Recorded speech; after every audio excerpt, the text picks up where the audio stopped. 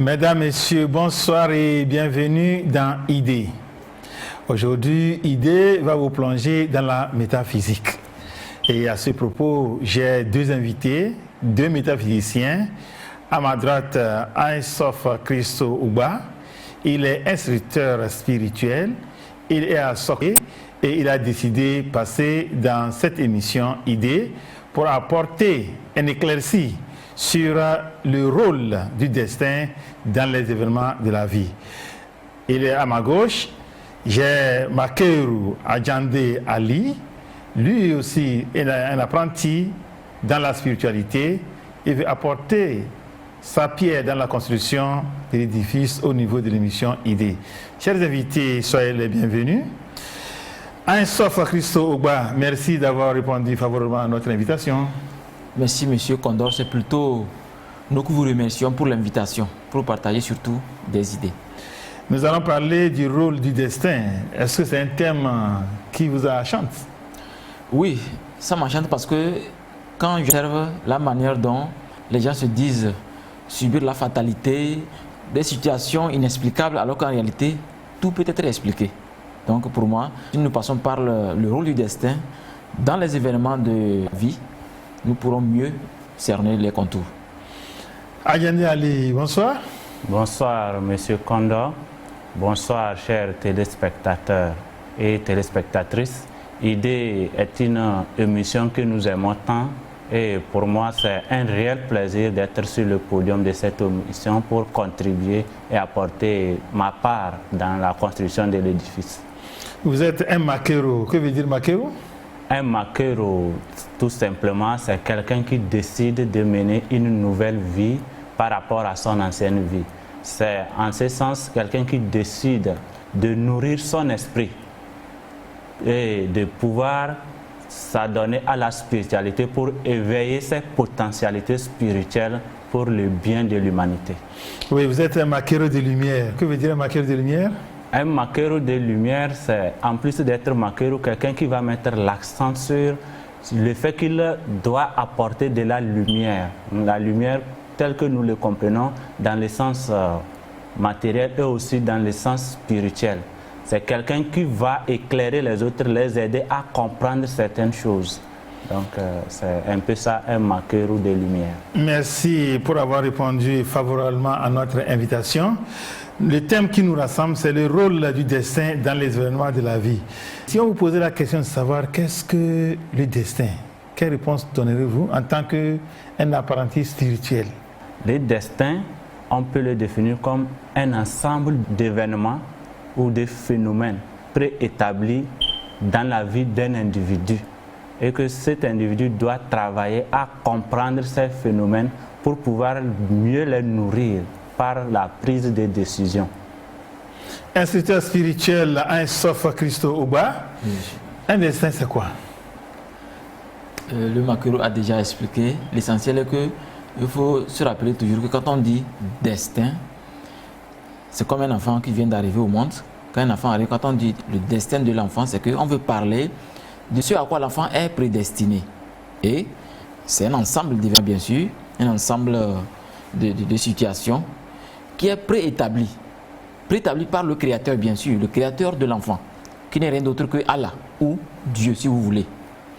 Maintenant, dans le fonctionnement de ce destin, c'est que l'enfant se retrouve devant deux choses. Son destin, qui est préétabli, donc pas forcément déjà déterminé que ça doit passer ici ou là, mais ça dépendra maintenant de papa et maman.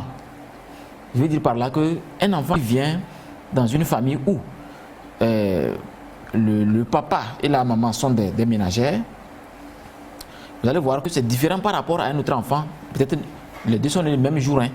Dans une famille où il y a peut-être le papa est plutôt professeur d'université, vous allez voir que même si leur destin est préétabli et se ressemble par rapport à la connaissance et l'intelligence des parents, le destin de l'enfant prendra une autre tournure. Donc du coup, le destin de l'enfant est en jeu, c'est-à-dire ce qui est préétabli par le destin, c'est-à-dire par la destinée, c'est-à-dire le créateur. Donc du coup, qu'est-ce qu'il faut faire?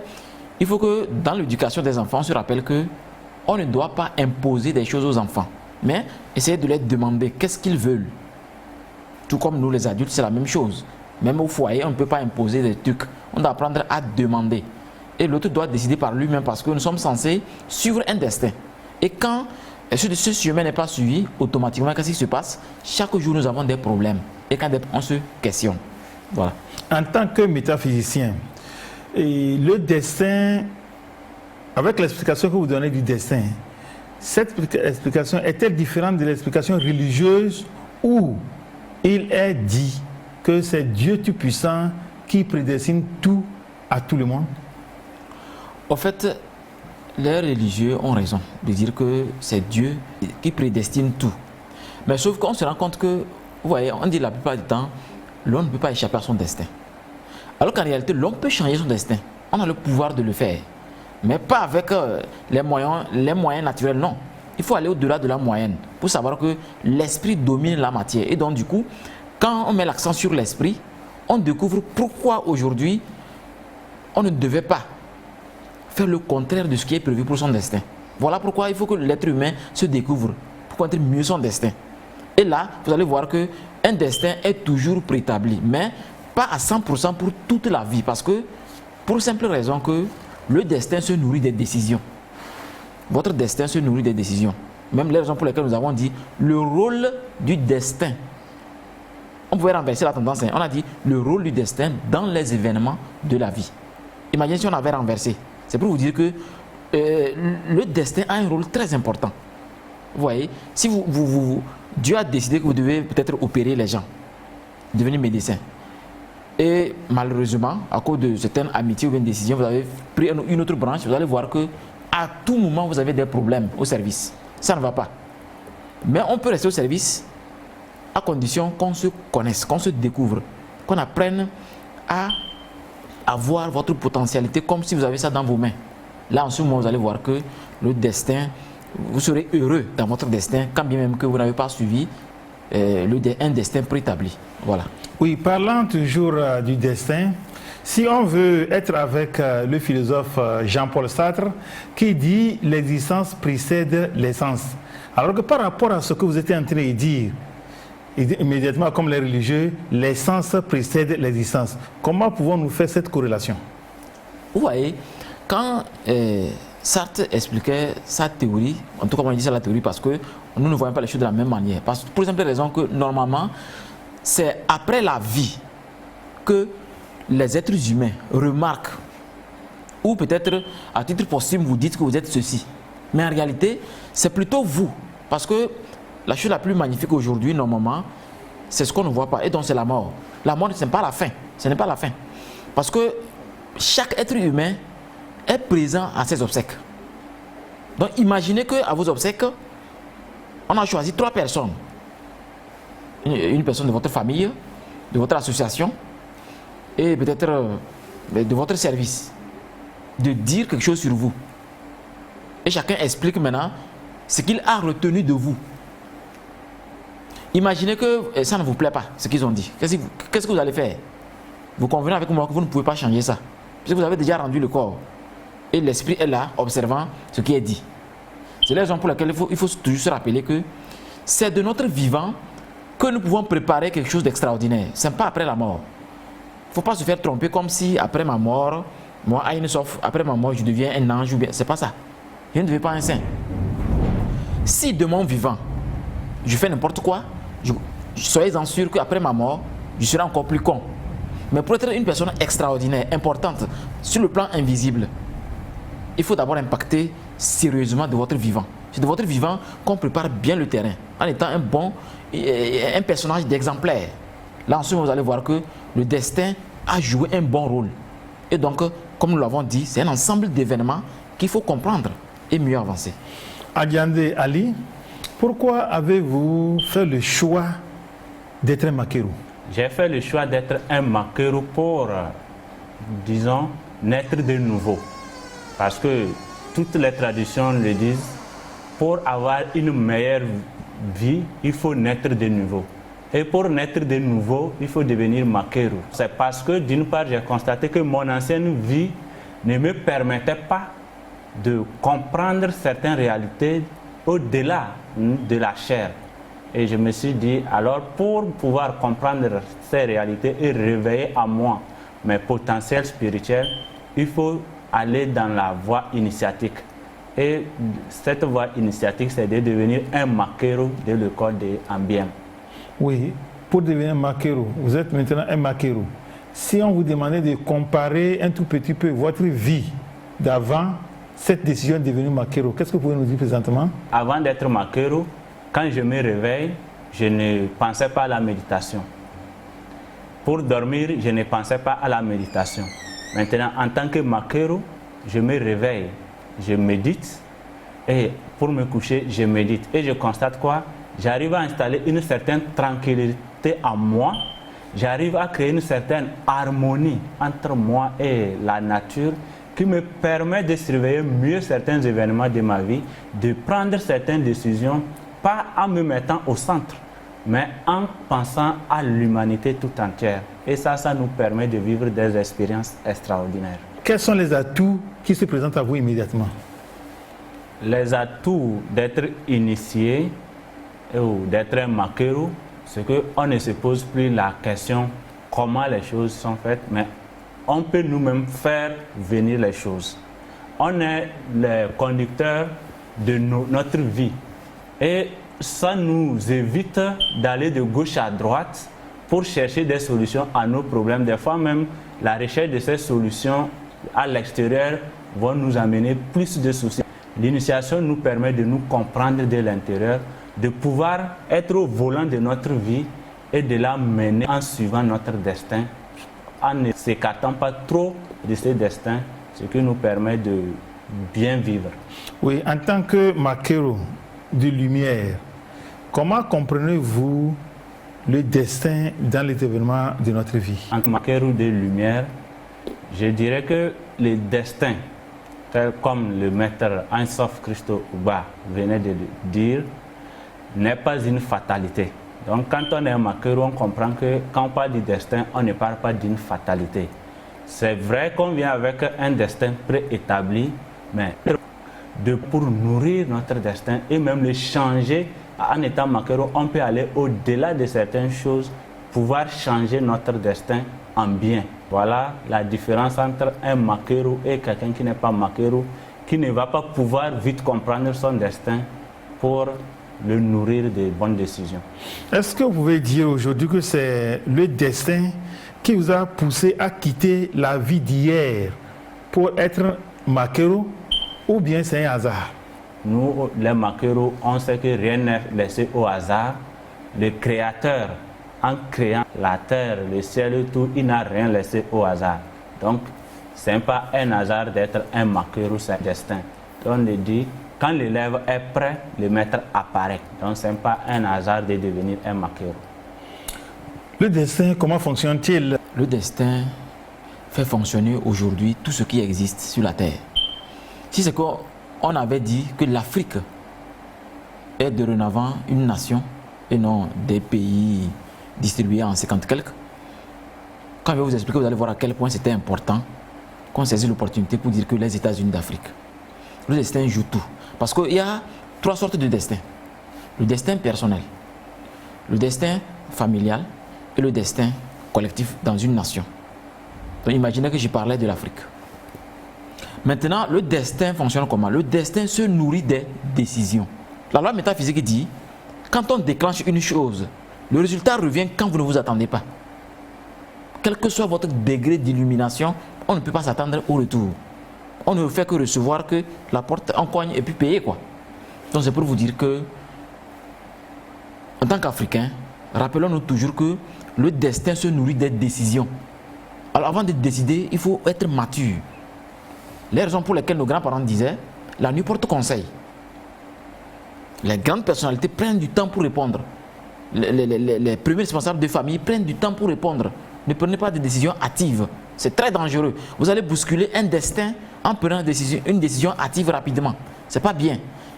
On doit prendre le temps pour des choses importantes. Parce que le destin se nourrit des décisions. Et on peut bousculer toute une nation à cause d'une décision comme ça, de rien à rien. Hein? Parce que on prend une décision comme ça, on bouscule toute une nation. Donc je crois que nous devrons faire très attention pour savoir que le destin est très très fondamentale et que chaque décision qu'on veut prendre, on doit d'abord réfléchir en profondeur pour voir quelle est l'interaction de la décision. Quand je décide ça, quand je prends telle décision, alors ceux qui m'entourent vont vivre de quelle manière? Qu'est-ce qui va se passer? Quand vous vous demandez comme ça, quand vous vous questionnez comme ça, vous allez voir que automatiquement, une inspiration va vous envahir. C'est ce qu'on appelle la nature divine. Elle va vous envahir et vous allez sentir exactement ce qu'il faut faire pour que les choses marchent bien. Donc le destin fonctionne d'une façon très simple. Il se nourrit des décisions. Ouais, est-ce qu'on peut refaire son destin? Oui, on peut refaire son destin parce que au début, il est préétabli. Mais comme on l'a dit, ce n'est pas préétabli pour toute la vie, pour les 100 ans. Pour nous les métaphysiciens, au fait, quand vous venez au monde, pour le Créateur, vous êtes venu pour 100 ans. Bon, si nous mourons vite, c'est à cause de nos cancers et consorts, il a dit. Donc, c'est à nous maintenant de savoir vivre. Pour savoir qu'on a l'opportunité d'améliorer le destin. C'est les raisons pour lesquelles, d'ailleurs même, chaque fin du mois, on vous demande de mettre à jour votre WhatsApp. C'est ce qu'on appelle l'opportunité de changer. C'est-à-dire qu'on est censé être créatif. La créativité, c'est pour les humains. Ce n'est pas pour les animaux, c'est pour les êtres humains. Donc je crois qu'on peut refaire son destin en ayant un mental très équilibré, d'une façon claire, c'est-à-dire très spirituelle. Oui, en tant que métaphysicien, tout à l'heure vous avez pris l'exemple de l'Afrique. Est-ce que l'Afrique a son destin tel qu'elle est en train de le vivre ou bien elle peut refaire son destin? Monsieur Condor, ça c'est une question extraordinaire. L'Afrique a le pouvoir de refaire son destin. Un pouvoir énorme. Et d'ailleurs même, quand moi je décode les événements de l'humanité tout entière, je peux vous dire d'une façon claire et même étonnante, Donald Trump a donné l'opportunité à l'Afrique de refaire son destin. Et il le fait chaque jour qu'il prend la parole. Observez-le bien. Il est en train de dire aux Africains, réveillez-vous, recréer un destin. Recréer le destin que vous méritez. Puisque c'est nous qui avons construit l'Europe. C'est nous qui avons construit les États-Unis. Réalisez l'histoire d'une façon claire, vous allez voir. Donc je crois que nous avons l'opportunité de refaire notre destin encore plus meilleur que les autres continents. Oui, de refaire notre destin en tant que continent ou bien de refaire notre destin en tant qu'habitant du continent. Je crois que pour que ce soit encore plus magnifique et pour que ça puisse impacter toutes les générations, c'est de le faire plutôt en tant que continent. En tant que continent? Oui, en tant que continent africain. C'est-à-dire qu'on devait réunir nos efforts. C'est-à-dire, on peut dire Union africaine. Ça existe bien sûr. Maintenant, à partir de là, on recrée un destin africain. On met en place des paramètres qui obligent ceux qui viennent de les respecter, tout simplement. Bon, on revient sur notre question. Le destin, alors, fonctionne comment et concrètement? Qu'est-ce que vous pouvez dire pour que les gens puissent comprendre le vrai fonctionnement du destin? Le vrai fonctionnement du destin, c'est que chaque fois que vous pensez, vous créez. Chaque fois qu'on commence à penser, sachez que le destin a déjà commencé à fonctionner. Pour la simple raison que le destin se nourrit des décisions. Il n'y a pas autre chose que ça. Et nos décisions viennent d'où? Comme vous le savez, la pensée précède la décision. Et maintenant, qu'est-ce qui précède la pensée? Les sensations. Est-ce que vous voyez les sensations? Non. Les sensations sont dans la dimension de l'invisible. Voilà pourquoi automatiquement, d'une façon certaine, je crois que c'est avec le spirituel qu'on peut maîtriser vraiment le destin et refaire le destin. Adjani Ali, qu'est-ce que vous avez ajouté par rapport au fonctionnement du destin? Oui, c'est les sensations. Donc ces sensations, nous devons les percevoir. Mais malheureusement, quand on n'est pas un maquero ou un initié, et qu'on vit au jour le jour en dormant, manger, se réveiller, sans prendre le temps de méditer et installer une certaine tranquillité en nous, on n'arrive pas à capter les sensations. Et là, on passe à côté même de son destin en prenant des mauvaises décisions qui vont nous créer des souffrances inutiles qui ne sont même pas liées à notre destin. Et ça serait un autre fardeau qu'on s'est créé. Donc voilà ce que Et ces sensations, par quel sens nous pouvons sentir, puisque nous connaissons que nous avons plusieurs sens, comment allons-nous sentir concrètement ces sensations afin de prendre les meilleures décisions? Par rapport à comment on peut sentir les sensations, chaque individu a des potentialités et peut avoir des récepteurs plus développés que d'autres. Vous prenez certaines personnes, ils peuvent rester comme ça et sentir l'odeur de quelque chose. Ça peut être quelque chose lié à un événement ou à son âge, beaucoup de choses, et se rappeler que quelque chose va se passer et prendre une décision. Soit il est en pleine réflexion, il voit une image. Et quand il sait que quand je vois cette image, ça veut dire c'est un danger. Quand je vois cette image, ça veut dire c'est bon.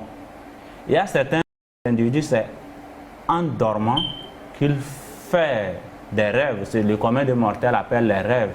Nous, en langage initiatique, on va parler de voyage astral. Il fait un voyage astral pour pouvoir recevoir certains messages par rapport à une réflexion qu'il menait, une décision qu'il est sur le point de prendre. Donc vous voyez, il y a différentes manières de pouvoir capter ces sensations. Mais il faut d'abord travailler sur son esprit pour pouvoir décoder ça. Sinon, ça va passer inaperçu.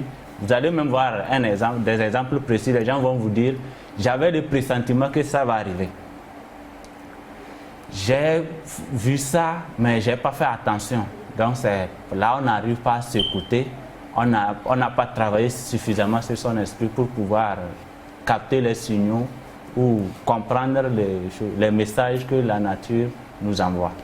Oui, pour expliquer clairement à un néophyte ce que c'est qu'un voyage astral, qu'est-ce que vous allez dire? On va dire que c'est un message qu'on reçoit dans le sommeil. On va différencier ça des rêves parce que quand on va parler des rêves, ça peut être des trucs qui reviennent du subconscient. On a gardé certains désirs non satisfaits.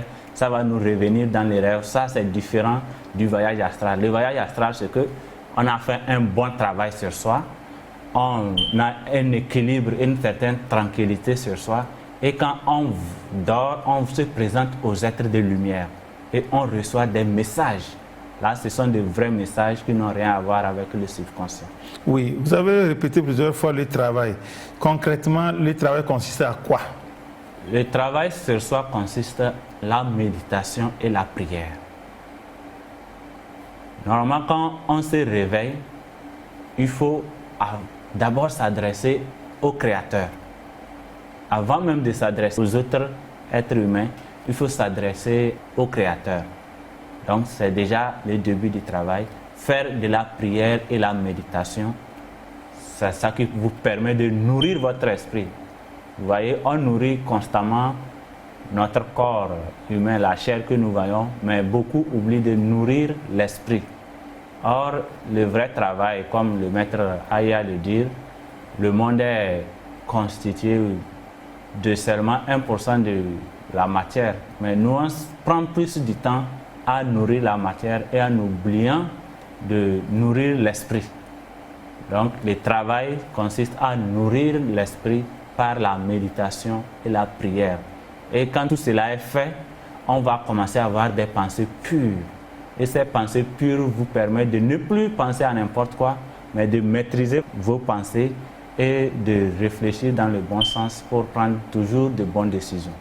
Quelle serait alors la différence de la méditation et de la prière d'un métaphysicien, d'un maquero que vous êtes, et la prière et la méditation d'un religieux qui va à la mosquée ou bien à l'église? D'abord, la méditation peut être la même partout, parce que quand on parle de méditation, c'est de rester dans le silence et de se lier à l'univers.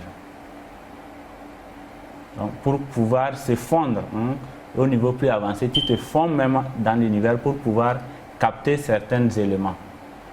La prière, la différence qu'il va avoir entre un maqueru et les autres religions, c'est que le maqueru sait d'abord que lui-même, il est un temple. Et qu'il est un temple de Dieu. Donc, il n'a pas besoin de se déplacer pour aller quelque part. En plus, le maqueru sait que pour faire la prière, on évite certaines tonalités. Vous allez voir, il y a certaines prières même qui créent en vous des émotions ou la colère. Parce que le ton que vous utilisez, c'est un ton qui stimule la colère en vous-même. Le maquereau, lui, va comprendre que la prière est, pour la plupart du temps, c'est les mots positifs. Ok? Par contre, vous allez voir que certains vont faire du bruit, ce que le maquereau ne va pas forcément faire. Ce que c'est que la prière pour un maquereau, c'est un moment de recueillement et de sincérité. Parce que pour le maquereau, dès que vous décidez de prier, c'est que vous le faites vraiment en revenant à l'intérieur de vous-même. Et instituteur spirituel, Oui. en quoi consiste la prière d'un métaphysicien que vous êtes? Et c'est celle d'un religieux, n'est-ce pas? Oui. Oui, je crois que, on peut dire, il n'y a aucune différence, mais la différence est que quand moi je commence, je ne prends pas comme point de départ Bible, Coran, mosquée ou église, non. Pour moi, point de départ, c'est que c'est d'abord moi-même, mon corps sanctum, c'est-à-dire mon corps physique. Donc, avec mon corps physique, je lui donne un nom, je peux dire c'est ma mosquée ou c'est mon église. Maintenant, j'y travaille à l'intérieur. Je commence par faire quoi? Comme les chrétiens le font les dimanches, hein, samedi même soir, ils en vont balayer. Il y a ceux qui vont arranger les bancs, les chaises, les trucs des prêtres, tout ça là. À la mosquée, c'est la même chose. On sort les nattes jeudi soir. On balaye correctement. C'est ce qui se passe dans mon corps. Je fais tout ceci en commençant de mes orteils jusqu'à ma tête.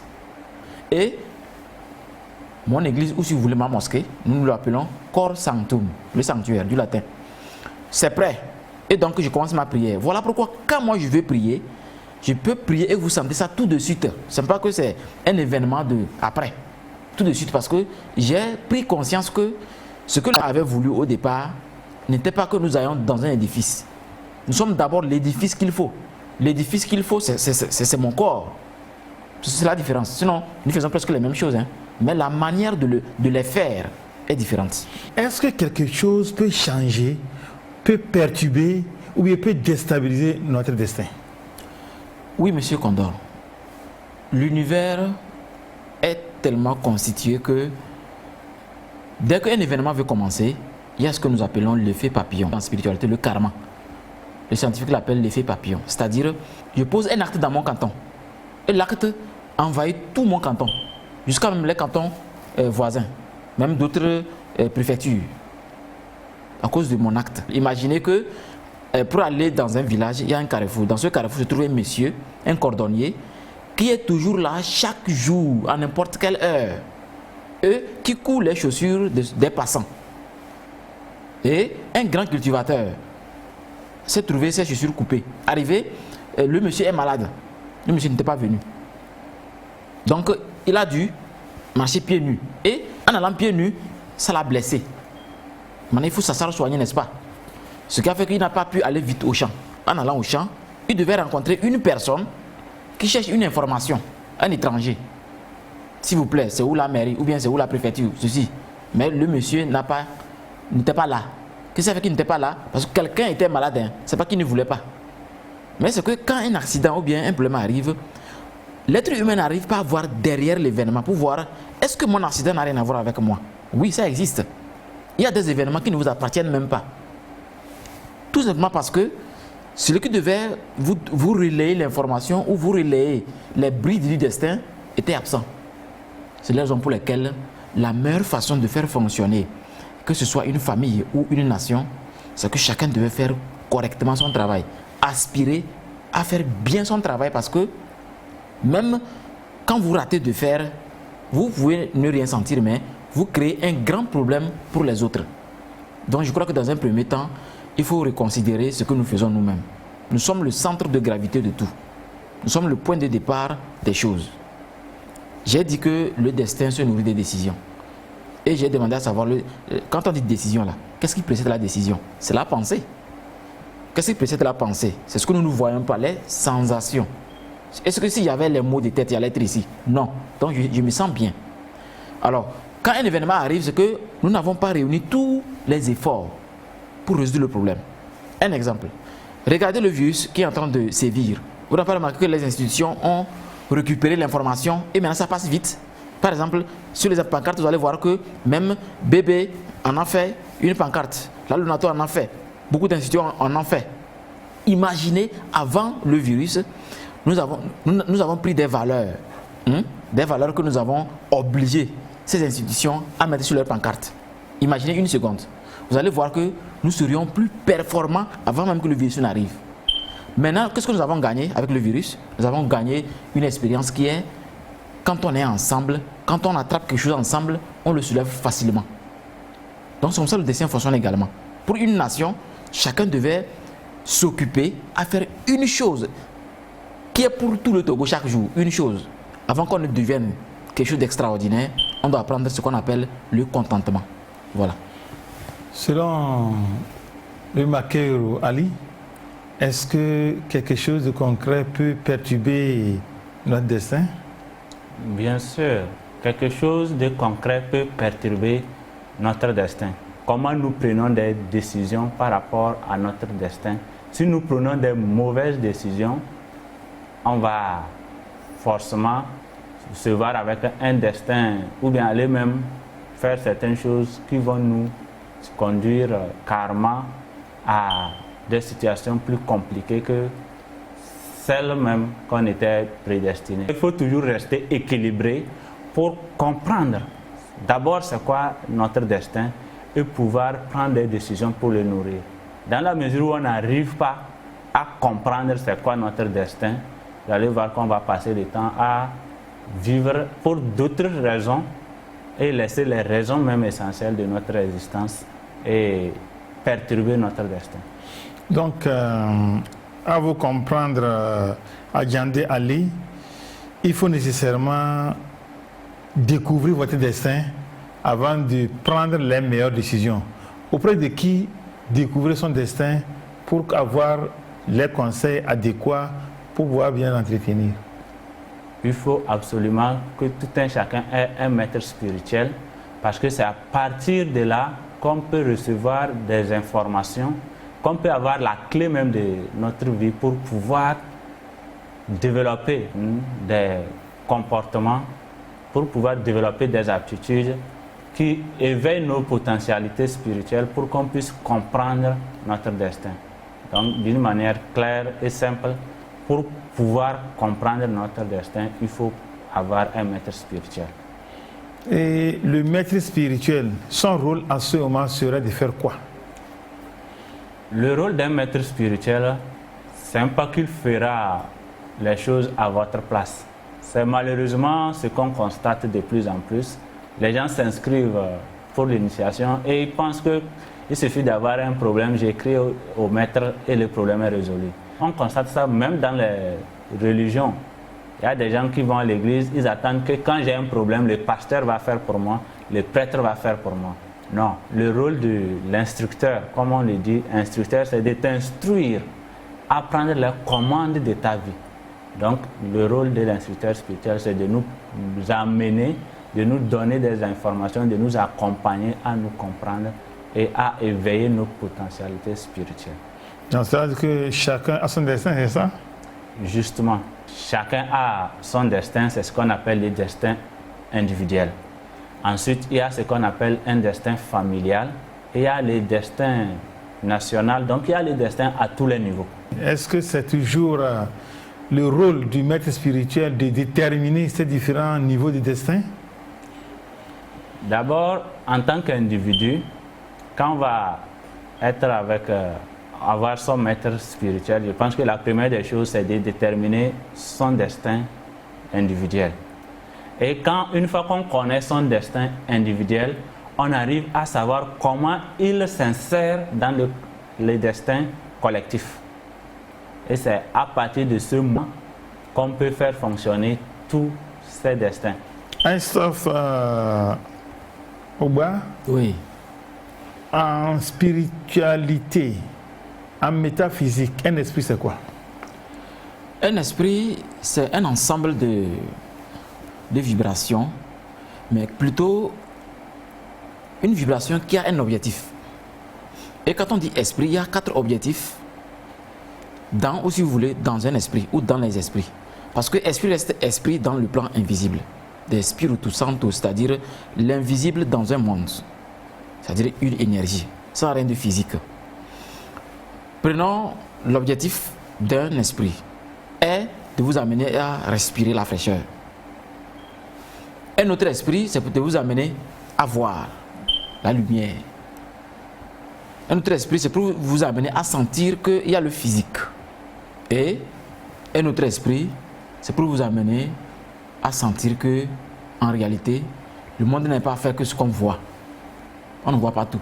Les raisons pour lesquelles aujourd'hui, ceux qui n'arrivent pas à comprendre la spiritualité d'une façon claire, la spiritualité africaine, croient que quand vous allez chez un marabout, c'est parce que c'est qu'il est marabout qui peut tout faire. C'est pas ça. Parce qu'il est instructeur spirituel, il peut tout faire. C'est pas ça. Sachez une chose, les esprits qui sont dans leur dimension respectent aussi des lois. Déjà, une personne qui sait que c'est ainsi, c'est qu'elle a du pain sur la planche, c'est tout. On ne devient pas spirituel ou religieux pour que quelqu'un fasse quelque chose à votre place. Parce que ce soit religieux ou spirituel ou animiste ou quoi que ce soit, on a affaire à des esprits. Point. Et donc, ce que je crois qu'on devait savoir, les esprits aussi ont des lois. C'est comme chez nous ici. Il y a des lois qui régissent notre société. C'est de la même manière dans le monde invisible. Donc, quand on s'entraîne à maîtriser ce monde invisible, on comprend tout ce que les gens ne comprennent pas. Oui, Makeru, en tant que jeune qui est en train de poser ses pas sur les traces laissées par les anciens, laissées par les maîtres spirituels, comment avez-vous compris l'explication d'un esprit? L'esprit, dans ma compréhension, c'est une vibration. Ok? Et cette vibration, il n'y a pas un seul esprit, il y a différents esprits, comme les maîtres viennent de l'expliquer, a un objectif bien déterminé. Donc, et le rôle d'un Makeru, c'est de comprendre chaque esprit. Il ne suffit pas d'avoir des potentialités spirituelles pour s'adresser forcément à tout esprit dans n'importe quelle situation. Vous allez voir certaines personnes qui ont des pouvoirs spirituels et qui n'ont pas compris les esprits, leur dimension et leur fonctionnement, vont travailler avec ces certains esprits, mais pas dans leur dimension, et ça va créer plus de désordre.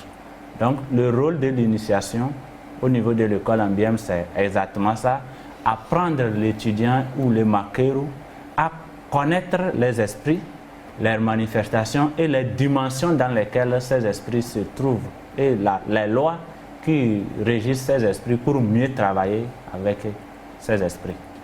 Donc, selon vous, un esprit peut-il modifier ou changer le destin de quelqu'un?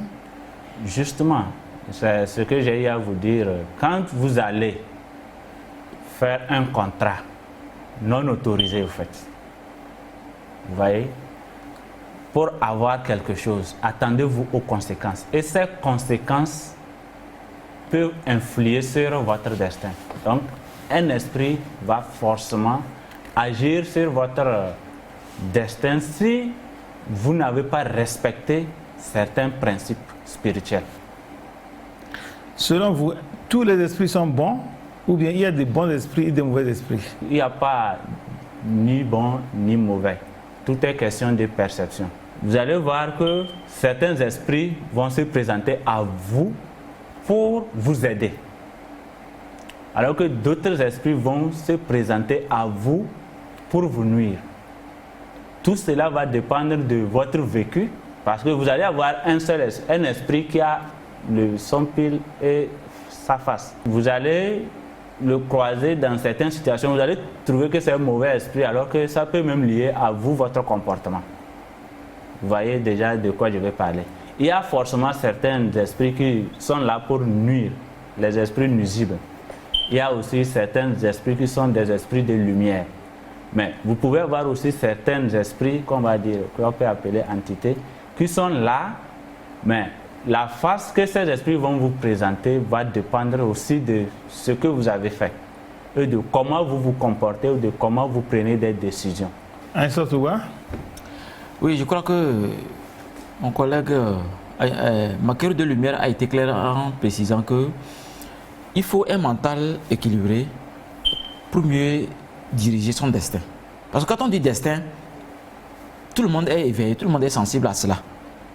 Parce que quelle que soit votre religion, vous avez entendu parler de cela.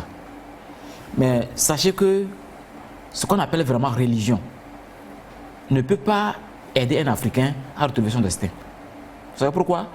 Parce que quand on dit destin, c'est une chose qui se nourrit des choses protéiformes.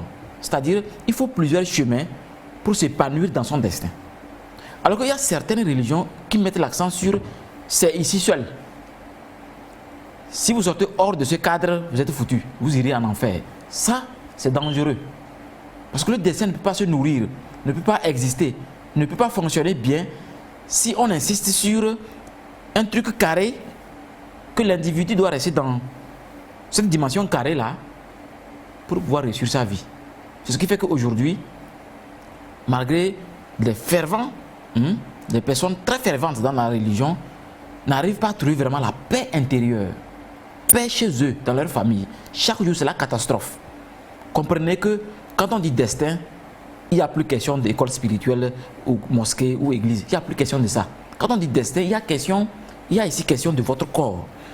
Comme je le disais, mon église, ma mosquée, votre corps. Découvrez-le.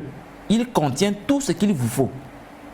Et quand vous découvrez ces choses protéiformes là dans votre corps, ce n'est qu'en ce moment vous comprenez que en réalité, vous êtes fait pour être un factotum. Vous n'êtes pas fait pour être carré. Quand je dis factotum, c'est-à-dire une personne capable d'être à la fois docteur et menuisier.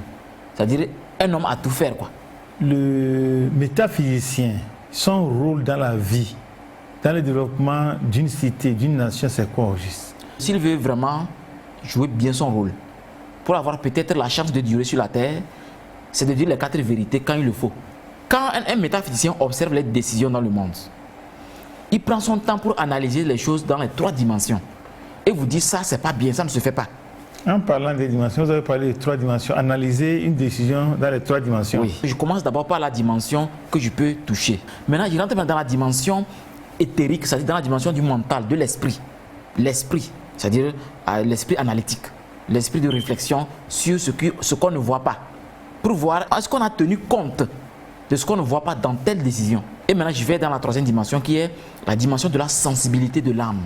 Est-ce qu'on a dit, oh, est-ce que telle décision, tel décret, est-ce que telle décision n'écrase pas tel nombre d'enfants ou bien ne porte pas préjudice à telle femme ou à telle chose? C'est ça la sensibilité. Quand ces 3 choses sont réunies, je crois que nous ferions un destin extraordinaire parmi les destins en Afrique. À côté du destin individuel, M. Makero, est-ce qu'on peut parler d'une destinée humaine commune? Bien sûr, on peut parler d'une destinée commune. D'abord, en tant qu'individu, il faut d'abord se rendre compte que nous sommes unis en tant que les humains et que l'action d'un individu ici peut créer des effets même au-delà de l'endroit où il a posé l'acte.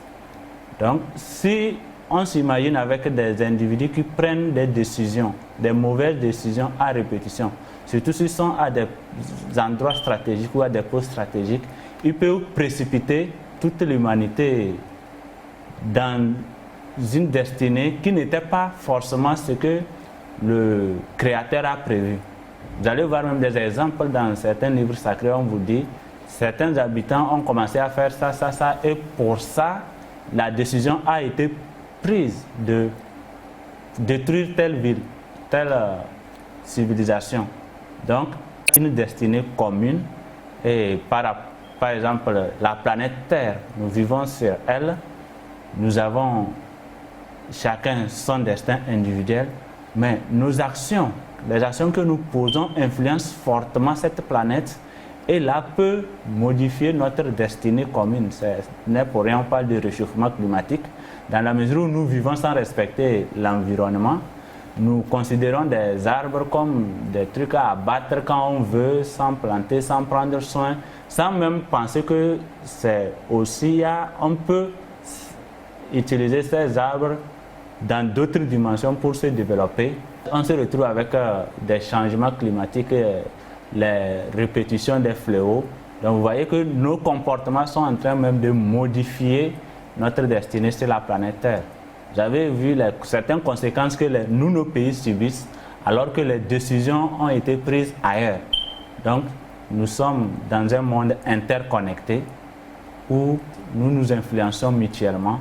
Donc, en travaillant sur notre destin individuel, j'ai eu à le dire, il faut pouvoir l'insérer dans le collectif pour pouvoir mener à bien l'existence même de l'humanité. Est-ce qu'on peut dire que les destins individuels influencent la destinée commune? Oui, effectivement.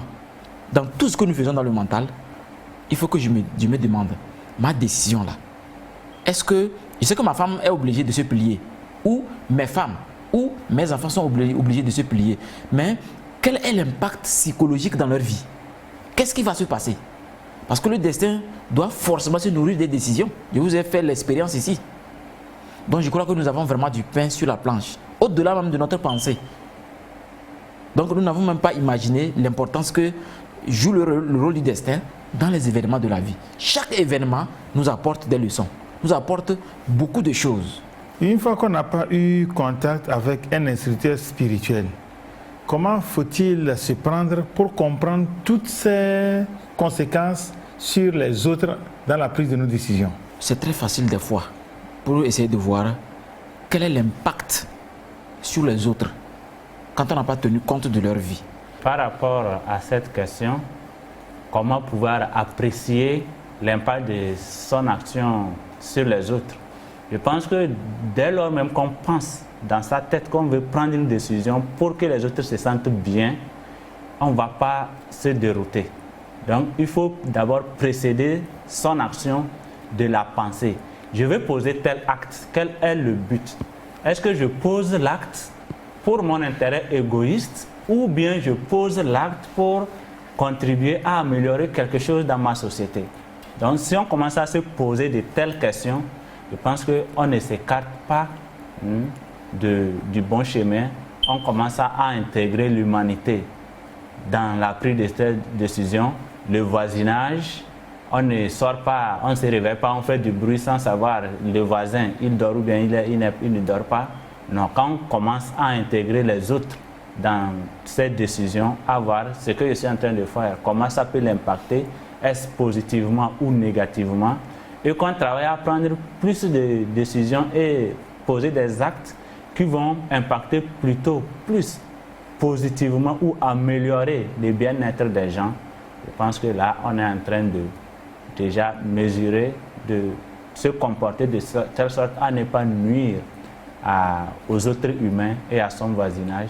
Est-ce qu'on peut rapprocher le métaphysicien à Emmanuel Kant qui dit, avant de poser tout acte, il faut toujours se poser la question de savoir et si tout le monde en faisait autant?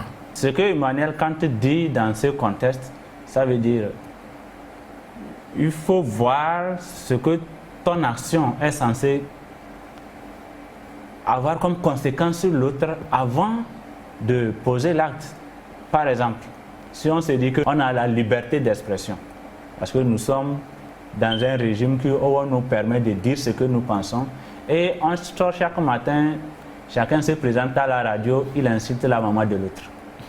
Donc vous pensez que là, on serait encore dans cette liberté d'expression? Nous-mêmes, on se sort de la liberté d'expression. Parce que la route est goudronnée, j'ai le droit de circuler, je prends ma voiture ou ma moto, 80 à l'heure, je ne respecte pas de feux tricolores. Si les autres se mettent à faire ça, qu'est-ce que ça donne?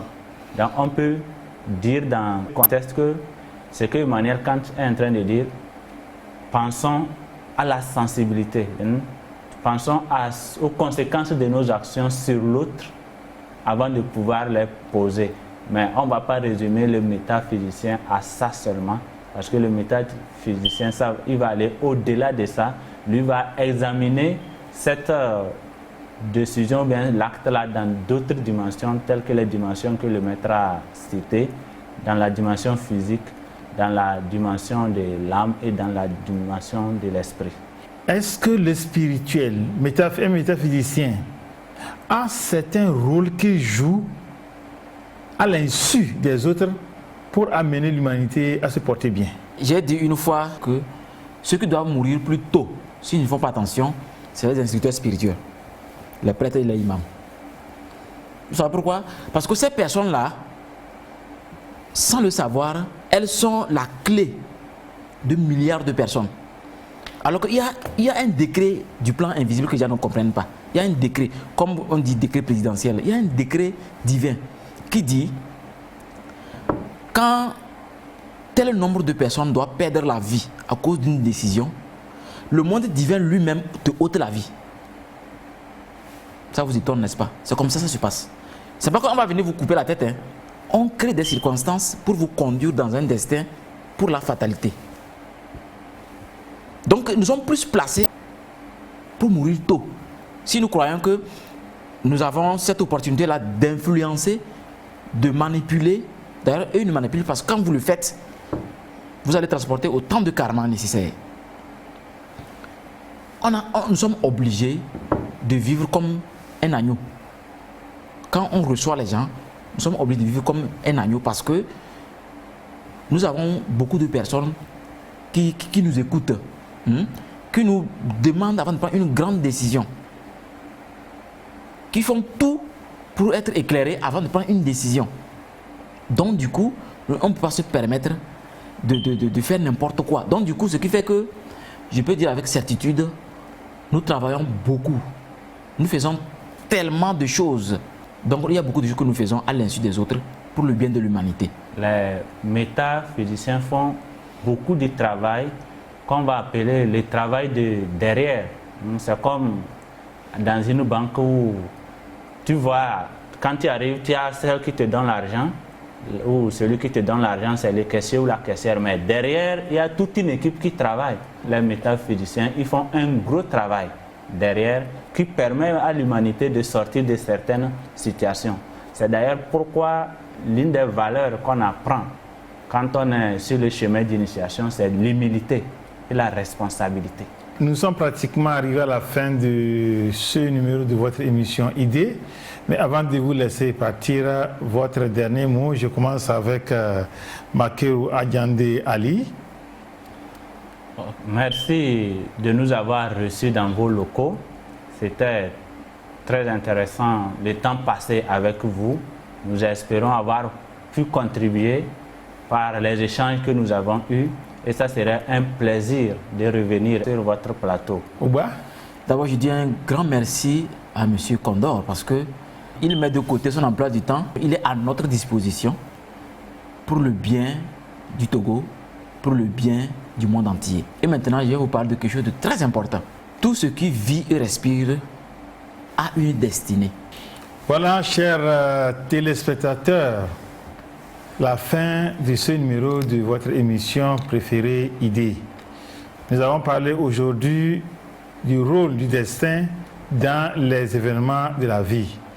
Nous avons compris que l'homme a un rôle à jouer dans la concrétisation de son destin. Et ça dépend des décisions que nous prenons pour nourrir notre destin. Nous allons nous arrêter ici. Nous disons un grand merci à la technique qui est conduite par Fadel.